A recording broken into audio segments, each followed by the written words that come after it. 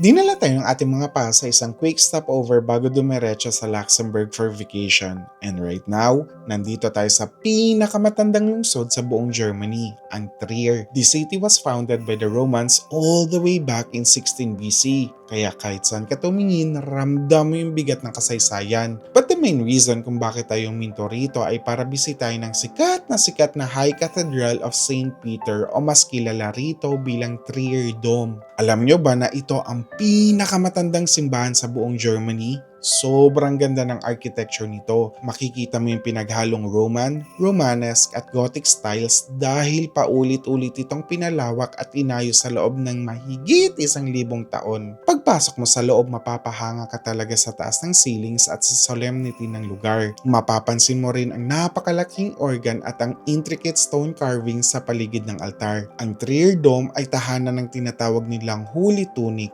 Ayon sa tradisyon, ito raw mismo ang seamless robe na isinuot ni Jesus Christ bago siya ipako sa krus. Dinala raw ito rito ni Saint Helena, ang ina ng Roman Emperor na si Constantine the Great. Pagkatapos natin sa main altar, lumabas naman tayo rito sa cloister section. It's a quiet courtyard surrounded by beautiful stone arcs. Sobrang peaceful dito, malayo sa ingay ng city center. Dito raw naglalakad-lakad ang mga monghe noon para mag-meditate.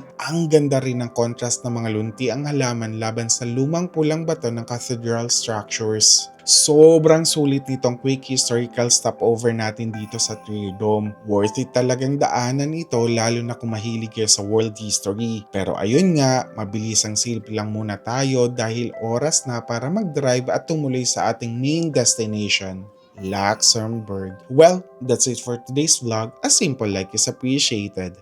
Gracias!